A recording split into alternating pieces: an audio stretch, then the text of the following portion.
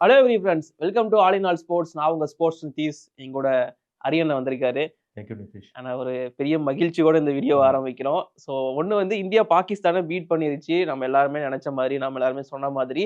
And அது மட்டும் இல்லாமல் ஐசிசி சாம்பியன்ஸ் ட்ராஃபி 2025ல செமிஃபைனல் வந்து கன்ஃபார்ம் பண்ணிட்டாங்க. இப்போதைக்கு இந்த குரூப்பை பொறுத்த வரைக்கும் இந்தியா. ஃபர்ஸ்ட் மேட்சோட ஓவர் வியூ எப்படி இருந்துச்சு மேட்ச், அந்த ஃபீல் உங்களுக்கு? ரொம்ப ஹாப்பியான ஒரு ஃபீல். பட் பாகிஸ்தான் கூட ஜெயிக்கும் போது வந்துட்டு இன்னொரு எக்ஸ்ட்ரா ஹாப்பி அப்படின்ற மாதிரி ஒரு எக்ஸ்ட்ரானரியான ஒரு மேட்சா. பாகிஸ்தான் ஃபர்ஸ்ட் டாஸ் ஜெயிச்ச உடனே நான் கொஞ்சம் ஃபேரான 280 அந்த மாதிரி அவங்க ஸ்கோர் பண்ணிட்டா இந்த ஒரு பர்டிகுலர் விக்கெட்ல இந்தியா கஷ்டமா இருக்கும் அப்படின்னு சொல்லிட்டு. பட் இந்தியன் பவுலர்ஸ் வந்து எக்ஸ்ட்ரானரி பெர்ஃபார்மன்ஸஸா நிறைய நல்ல பார்ட்னர்ஷிப்ஸ் அவங்களுக்கு கிடைச்சாலும் ரன்ஸ் வந்துட்டு நம்ம லீக் பண்ணல. அது வந்துட்டு ரொம்ப எக்ஸ்ட்ரானரியா நம்ம பவுலிங் போட்டோம். ஈவன் நம்மளுடைய ஃபாஸ்ட் பவுலர்ஸா இருக்கட்டும், ஸ்பின்னர்ஸா இருக்கட்டும், ஒரு ஓவரால் கிளினிக்கல் பெர்ஃபார்மன்ஸஸ் இந்தியா கிட்ட இருந்து. நான் கொஞ்சம் பயந்துட்டு இருந்தேன் இன்னைக்கு இன்டர்வியூ வருவீங்களா இல்லையான்னு சொல்லிட்டு. ஏன்னா நீங்க இந்த மாதிரியான மேட்ச்லாம் நேர்ல பார்க்க போயிருவீங்களே, அதனால துபாய் எது போயிட்டீங்களோன்னு இல்ல நினைச்சேன். ஆக்சுவலா ட்ரை பண்ணேன். ஓகே. பட் பாஸ்போர்ட் வந்துட்டு எங்க வச்சேன்றது தெரியல. ரொம்ப நேரம் தேடிக்கிட்டே இருந்தேன். 2 நாள் முன்னாடி தான் ஒய்ஃப் எடுத்து குடுத்தாங்க. வேணும்ட்டே பண்ணாங்களா என்னன்றது தெரியல. இருக்கலாம். கொஞ்சம் ஓவரா தான் போய்கிட்டு இருக்கோமோ. போவோம். சரி, ஓகே. இப்போ இந்த மேட்சுக்குள்ள வந்தோம் அப்படின்னா, எனக்கு ஃபர்ஸ்ட் இந்தியாவோட பவுலிங்ல வந்து ஷமி, ஹர்ஷித் ராணாவை விட ஹர்திக் பாண்டியா இன்னும் பெட்டரா வந்து இருந்தாரோன்னு தோணுச்சு. அத பத்தி? இல்ல லைக் ஷமி அண்ட் அர்ஷித் ராணா வந்துட்டு இனிஷியலா அவங்க குடுத்த இம்பாக்ட் வந்துட்டு நல்ல ஒரு இம்பாக்ட்டா. உங்களுக்கு வந்துட்டு அவங்க ரன்ஸ் வந்துட்டு பெருசா அவங்க லீக் பண்ணல. பவர் பிளேல வந்துட்டு ஃபர்ஸ்ட் 8 ஓவர்ஸ்ல அவங்க ஹார்ட்லி ஒரு 40 ரன் கூட அடிக்கல. பாகிஸ்தான் பொறுத்தவரைக்கும் பார்த்தீங்கன்னா. அதுக்கு முன்னாடி மேட்சும் அவங்க அடிக்கல. இல்ல நெறைய டாட் பால்ஸ் அந்த மாரி டாட் பால்ஸ் நம்ம நெறைய போடும்போது ஆனா வந்துட்டு நேத்து மேட்ச் வந்து அசாம் வந்து டாட் பால்ஸ் நிறைய ஆடல. அவரு ஆடுனாரு, 4லாம் அடிச்சிட்டு இருந்தாரு. இன்னொருத்தர் வந்து ஆடிட்டு இருந்தாரு. இல்ல இனிஷியலா ஆக்சுவலா 2 பேருமே டைம் எடுத்தாங்க. பாபர் அசாம்க்கு வந்துட்டு ஒரு 4, 5 பவுண்டரிஸ் அவருக்கு கிடைச்சனால வந்துட்டு ரன் பால் ஆன மாரி தெரிஞ்சது. பட் அப்பதான் வந்து பாபர் அசாம் வந்து ஓப்பன் பண்ண ஆரம்பிச்சாரு. ஓகே. ரன் ஆமா. ஸ்கோர் பண்றதுக்கு. கரெக்ட்டா வந்துட்டு நம்மளுக்கு ஹர்திக் ஹர்திக் பாண்டியா. பாண்டியா வந்துட்டு விக்கெட் எடுத்துட்டாரு. அதுதான் இப்ப டாப் ஆஃப் தி ஆர்டர்ல வந்துட்டு அ நெறைய பால்ஸ் வந்து நம்ம கன்சியூம் பண்ணும்போது, இந்த மாரி ஒரு விஷயம் வந்துட்டு நடக்கிறதுக்கு நெறைய வாய்ப்பு இருக்கு. நீங்க வந்துட்டு ஒரு 50 ரன் ஸ்ட்ரைக் ரேட்ல வந்துட்டு ஒரு 40 பால் நீங்க ஆடிட்டீங்க. எனக்கு எங்கனா ஒரு 5 பவுண்டரி வரும்னு நீங்க நினைக்கும்போது, நீங்க அந்த 5 பவுண்டரி அடிக்கிறதுக்கு முன்னாடி நீங்க அவுட் ஆயிட்டீங்க அப்டின்னா, உங்க டீம் வந்துட்டு இன்டூ பிக் ட்ரபிள். அதுக்கு ஒரு பிரைம் எக்ஸாம்பிள் வந்து ரிஸ்வானுடைய இன்னிங்ஸ் எஸ். நேத்து. அவருடைய ஸ்ட்ரைக் ரேட் வந்துட்டு ஒரு 60 ரன்ஸ் பெர் பால் கூட பெர் 100 பால் கூட கிடையாது நேத்து. அ என்ன நெனச்சிருப்பாங்க அப்டின்னா, லைக் பாகிஸ்தான் வந்துட்டு அ ஓப்பன் பண்றதுக்கு ட்ரை பண்றாங்க. ஒரு பவுண்டரி கிடைக்குது. அந்த ஒரு பவுண்டரி கிடைச்சதுக்கு அப்புறமா கூட வந்துட்டு அவங்கனால அந்த பர்ட்டிகுலர் ஓவர்ல ஒரு 4 சிங்கிளோ, 5 சிங்கிளோ எடுத்து அந்த ஓவர் வந்துட்டு ஒரு 8 ரன்ஸ் ஓவரோ, 9 ரன்ஸ் ஓவரோ அந்த மாரி மாத்த முடியல. ஒரு பவுண்டரி கிடைச்சாலும் திரும்ப வந்துட்டு 5 டாட் பால் ஆடுறாங்க. ஸோ டாட் பால்ஸ் வந்து இந்தியன்ஸ் வந்து நேத்து நெறைய நம்மளுக்கு போட்டாங்க.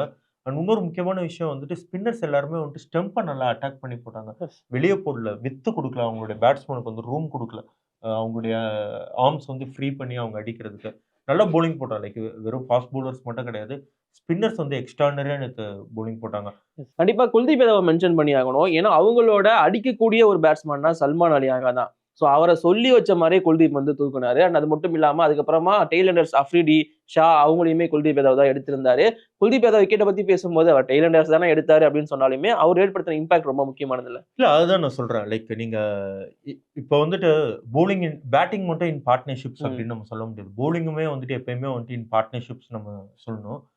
ஒரு எண்ட வந்து ஒரு பவுலர் ரொம்ப டைட்டா வந்துட்டு இப்ப போடுறாரு அப்படின்னா, ஆட்டோமேட்டிக்கா என்ன பண்ணுவாங்கன்னா, பேட்ஸ்மேன் வந்துட்டு இன்னொரு பவுலர அட்டாக் பண்ண பார்ப்பாங்க. பட் இந்தியன்ஸ் வந்துட்டு நேத்து என்ன பர்ட்டிகுலரா நல்லா பண்ணாங்க அப்படின்னா, எந்த எண்டுமே வந்துட்டு ரன்ஸ் வந்து பெருசா லீக் பண்ணல.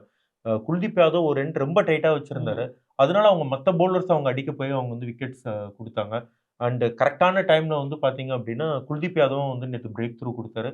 இது ஒரு நல்ல ஒரு மோட்டிவேஷனலான ஒரு கேம் வந்துட்டு குல்தீப் யாதவ் பொறுத்தவரைக்கும், அவருடைய ஃபார்ம் வந்துட்டு அவர் ரீகெயின் பண்ணியிருக்காரு அப்டின்றத நம்ம எல்லாருமே நம்பலாம். ஓகே. ஏன்னா மிடில் ஓவர்ஸ்ல வந்துட்டு இந்தியன் ஸ்பின்னர்ஸ் வந்துட்டு மத்த எல்லா டீம்லயுமே இருக்கிற ஸ்பின்னர்ஸ் நீங்க பார்த்தீங்கன்னா, ஆஸ்திரேலியால வந்துட்டு பிரைம் ஸ்பின்னரா நம்மளுக்கு ஜாம்பா இருக்காரு. அதர் தென் தட் மிடில் ஓவர்ஸ்ல வந்துட்டு விக்கெட் டேக்கிங் எபிலிட்டி இருக்கிற ஸ்பின்னர் அப்படின்றத பார்த்தீங்க அப்படின்னா, இந்தியால வந்துட்டு நெறைய ஸ்பின்னர்ஸ் இருக்காங்க.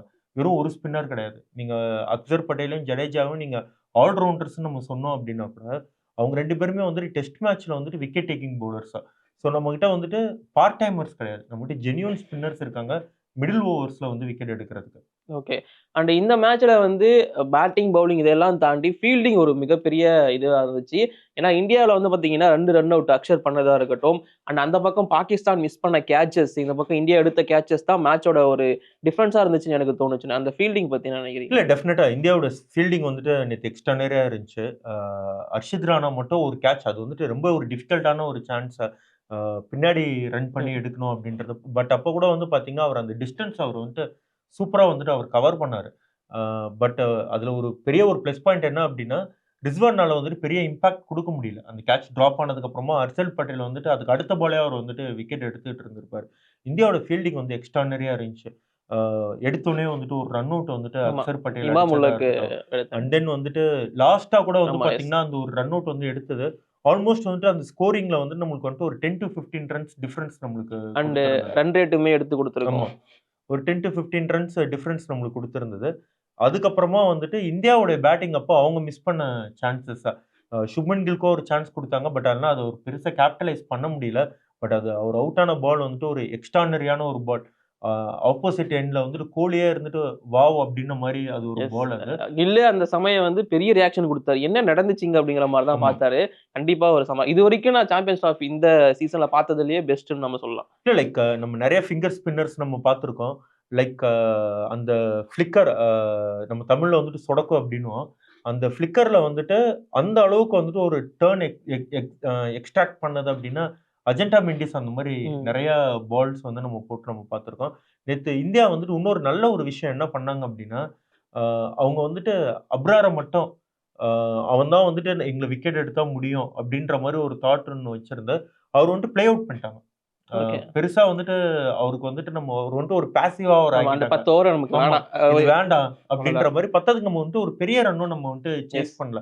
அவருக்கு குடுத்த அந்த ஒரு விக்கெட் வந்துட்டு ஒரு எக்ஸ்ட்ரார்டினரி பாலுக்கு தான் நம்ம வந்துட்டு அந்த விக்கெட் குடுத்தோம் அப்டின்னுன்றத தவிர, மத்தபடி வந்துட்டு பேட்டிங் வந்து எக்ஸ்ட்ரார்டினரியா இருந்துச்சு.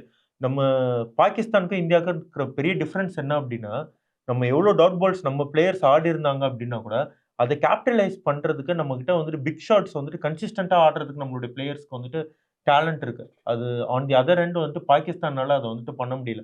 ஸ்ரேயஸ் ஐயரும் இனிஷியலா நெறைய டைம் எடுத்தாரு. பட் ஆனா அவர் அவுட் ஆயிட்டு போம்போது அவருடைய strike rate over 80 runs per 100 ball இருந்தது. விராட் கோலி இனிஷியலா டைம் எடுத்தாரு. But 111 balls 100. ஸோ அந்த பவுண்டரி ஹிட்டிங் எபிலிட்டி வந்துட்டு இந்தியன் பேட்டர்ஸ்க்கு வந்துட்டு எக்ஸ்ட்ரார்டினரியா இருக்கு. ஓகேண்ணா. இப்போ வந்து ஆக்சுவலி நம்ம பேச வேண்டியது வந்து சேஸ் மாஸ்டர் இஸ் பேக் அப்படிங்கிறது தான். ஸோ கிங்கோட இந்த கம்பேக்குக்காக தான் எல்லாருமே வெயிட் பண்ணிட்டு இருந்தாங்க. நம்ம முன்னாடியே சொன்ன மாரி பாகிஸ்தான்னு வந்துட்டா, அவரு வந்து பயங்கரமா ஆடுவார் தான். So 14,000 run in ODI cricket. அது மட்டும் இல்லாம 51 செஞ்சுரீஸ் சச்சின் டெண்டுல்கரோட ரெக்கார்ட வந்து ஈக்குவல் பண்ணியிருக்காரு. ஸோ அந்த பேட்டிங்க பத்தி சொல்லுங்க. இல்ல நம்ம ப்ரிவியூலயே நம்ம பேசினோம். விராட் கோலி வந்துட்டு ஸ்டார்ட்ஸ் அவருக்கு கிடைக்குது. எஸ். லைக் ப்ரீவியஸ் மேட்ச்சும் அவருக்கு வந்துட்டு ஒரு ஸ்டார்ட் கிடைச்சது. அண்ட் தென் இந்த ட்ரை சீரிஸ்லயும் சாரி இந்த பைலேட்டரல் சீரிஸ்லயும் இங்கிலாந்துக்கு அகைன்ஸ்டா அந்த 3 மேட்சஸ்ல அவருக்கு வந்துட்டு ஸ்டார்ட்ஸ் கிடைச்சது. பட் நம்ம நார்மலா விராட் கோலி கிட்ட இருந்து என்ன எதிர்பார்ப்போம் ஒரு ரன் சேஸ்ல அப்டின்னா, செஞ்சுரி. மேட்ச்ச முடிச்சு குடுப்பாரு. அது செஞ்சுரியோ, ஓகே. 80யோ அது வந்துட்டு 70யோ ஒரு ரன் சேஸ்ல இருக்கும்போது, அவரு ஒரு 20 ரன் ஆடிட்டாருன்னா, அவ்வளோதான்டா இவன் மேட்ச்ச முடிச்சுட்டு போயிருவான். அப்டின்ற மாரி ஒரு கேலிபர் இருக்கக்கூடிய ஒரு பிளேயர். அ கொஞ்ச நாளா என்ன ஆச்சு அப்டின்னா, அவர் அந்த ஸ்டார்ட்ஸ் அவருக்கு கிடைச்சதுக்கு அப்புறமா, அத வந்துட்டு மேட்ச் முடிச்சு குடுக்காம அவர் வந்துட்டு அவுட் ஆயிட்டு போனது தான் நம்மளுக்கு வந்து கஷ்டமா ஓகே. இருந்துச்சு. இது மோர் தென் அ செஞ்சுரி. எனக்கு என்ன அங்க வந்து எனக்கு பிடிச்சிருந்துச்சு அப்டின்னா, விராட் கோலி உள்ள வந்ததுக்கு அப்புறமா ஒரு ரன் சேஸ்ல அந்த ரன் சேஸ் முடியிற வரைக்கும் அவர் நாட் அவுட்டா இருக்கிறாரு பார்த்தீங்களா? அங்க தான் வந்துட்டு திரும்ப விராட் கோலியோட ஃபார்ம் வந்து ரீகெயின் ஆயிட்டு இருக்கு. ஓகே. அண்ட் தென் வந்துட்டு அவருடைய கான்ஃபிடன்ஸ அ இந்த டோர்னமென்ட்டுக்கும் சரி, இன் ஃபியூச்சர் வந்துட்டு எவ்வளோ நாள் அவர் விளையாட போறாரோ அப்படின்றது சரி, கண்டிப்பா இது வந்துட்டு ஒரு மிகப்பெரிய ஒரு பூஸ்ட்டா இருக்கும். ஓகே. ஆனா நேத்து ஹர்திக் பாண்டியா விக்கெட்டுக்கு வந்து பாகிஸ்தான் ஃபேன்ஸ் குஷியானாங்களோ இல்லையோ, இந்தியன் ஃபேன்ஸ் ரொம்ப அதிகமா குஷியானாங்க. என் ரூம்ல மேட்ச் பார்த்துட்டு இருக்கப்பலாம் ஹர்திக் அவுட்டுக்கு தான் அவ்ளோ கத்துனாங்க. ஏன்னா, தலைவன் பார்த்த வேலை அப்படி. என்ன அப்படின்னா, செஞ்சுரி அடிக்கிறதுக்கு ரெடியா இருக்காரு விராட் கோலி. 80, 85ல இருக்காரு. அங்க ரன் ரொம்ப கம்மியா தான் தேவை. ஆனா வந்தோனே அடிக்க ஆரம்பிச்சுட்டாருண்ணே. இல்ல இது வந்தோனே அடிக்க ஆரம்பிச்சதுக்கான ரீசன் என்ன அப்படின்னா, அ இந்தியா வந்துட்டு டேபிள்ல வந்துட்டு டாப் பொசிஷன்ல இருந்தான்னா, இன்னொரு டேபிள்ல இருக்கிற 2ண்ட் பொசிஷன்ல இருக்கிற டீம் கூட ம். தான் வந்துட்டு இந்தியா விளையாடும். நம்ம வந்துட்டு இந்த பக்கத்துல வந்துட்டு நம்ம பார்த்தோம் அப்படின்னா, ஆஸ்திரேலியாவா, சவுத் ஆஃப்ரிக்காவா அப்படின்னு பார்க்கும்போது, துபாய் கண்டிஷன்ல இந்தியா வந்துட்டு பெட்டர் ஃபேசிங் வந்துட்டு சவுத் ஆஃப்ரிக்கா ஒரு செமிஃபைனல்ல.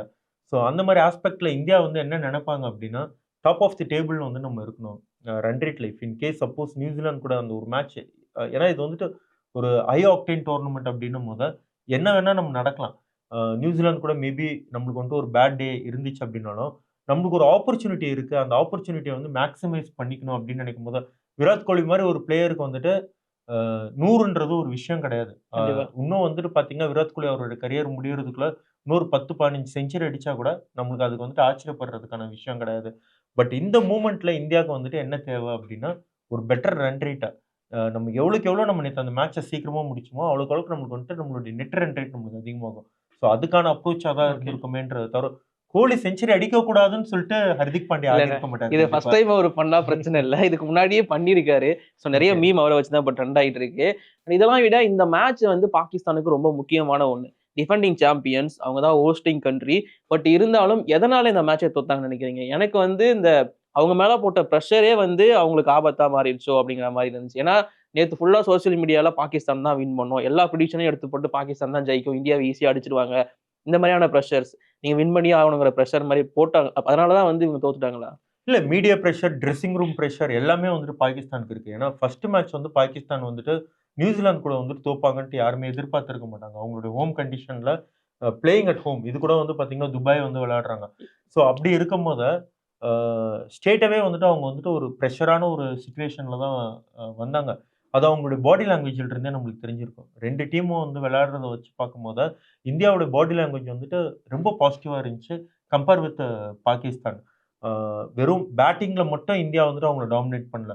பேட்டிங், ஃபீல்டிங், பவுலிங்ன்னு சொல்லிட்டு 3 டிபார்ட்மெண்ட்லுமே பெட்டர் டீமா வந்துட்டு இந்தியா தான் எனக்கு தெரிஞ்சுச்சு. இது வந்துட்டு ஒரு குளோஸ் மேட்ச் கிடையாது. அ பங்களாதேஷ் கிட்ட கூட வந்துட்டு ஒரு ஒரு பேனிக் மூவ்மெண்ட் ம். இருந்துச்சு இந்தியாக்கு. என்னடா மேட்ச் இப்படி போதே அப்படின்னு சொல்லிட்டு. நேத்து மேட்ச் வந்து பார்த்தீங்கன்னா, இந்தியா ஈஸியா ஜெயிச்சுட்டு நேத்தும் போயிட்டாங்க. பேனிக் மொமெண்ட் இருந்துச்சு. ஜெயிக்கிறதுக்கு இல்ல. விராட் ஆமா. கோலி விராட் செஞ்சுரி கோலி அடிப்பாரா? செஞ்சுரி அடிக்கிறதுக்கு வந்துட்டு ஒரு பேனிக் மூவ்மெண்ட் இருந்துச்சு. அத தவிர்த்து மேட்ச்ல எந்த ஒரு ஸ்டேஜ்லயுமே வந்துட்டு பாகிஸ்தான் நம்மள டாமினேட் பண்றாங்க இந்த இல்ல, மேட்ச்ல இல்ல. அப்படின்ற மாரி ஒரு மூவ்மெண்ட் இல்லவே இல்ல.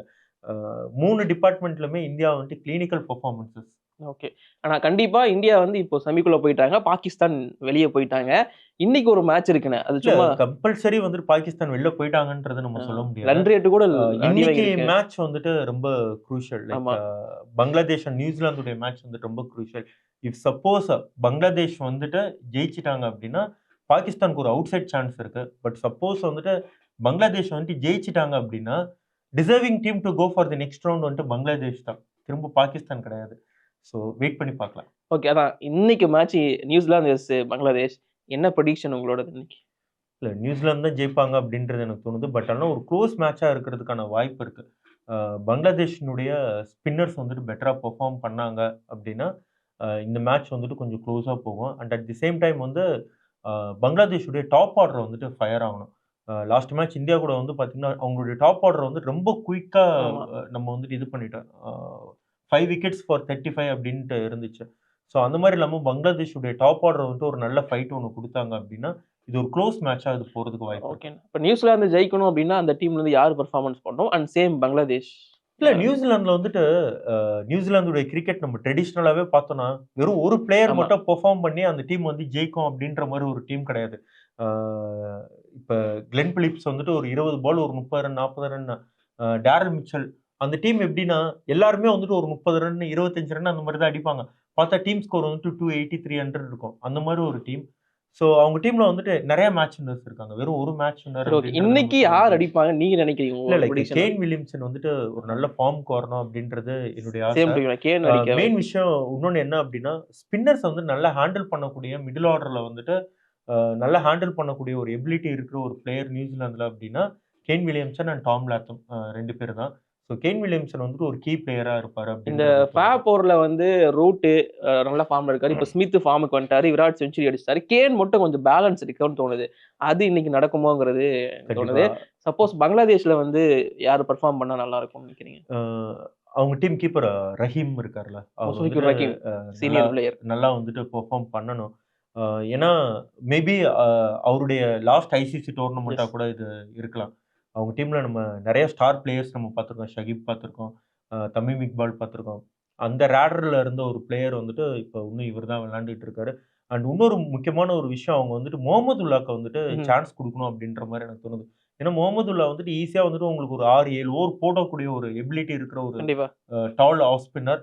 And at the same time வந்துட்டு அவருடைய எக்ஸ்பீரியன்ஸ் வந்துட்டு மிடில் ஆர்டர்ல வந்துட்டு ரொம்ப முக்கியமா இருக்கும் அப்படின்னு தோணுது. பெரிய இம்பாக்ட் ஆமா. ஏற்படுத்தக்கூடியவர். ஸோ முகமதுல்லா வந்துட்டு யார் ரீப்ளேஸ் பண்ணணும்னு கேட்டா எனக்கு அதுக்கான ஆன்சர் கிடையாது. பட் டெஃபினட்டா முகமதுல்லாக்கு வந்துட்டு ஒரு சான்ஸ் குடுக்கணும். அவர் உள்ள வந்துட்டாருன்னா ஒரு பெரிய இம்பாக்ட் குடுப்பாருன்னு எனக்கு ஓகே. தோணுது. ஸோ இது எங்களோட ஒப்பீனியன் மட்டும் தான். உங்களோட ஒப்பீனியன் என்ன அப்படிங்கிறத மறக்காம கீழ கமெண்ட் பண்ணுங்க. இந்த குரூப்ல இருந்து இந்தியா குவாலிஃபைன்னு வச்சுக்கோங்க. இன்னொரு டீம் எதுவா இருக்கும் அப்படிங்கிறத மறக்காம கீழ கமெண்ட் பண்ணுங்க. நாங்க அடுத்த வீடியோல வந்து பார்க்குறோம். பாய். Thank you.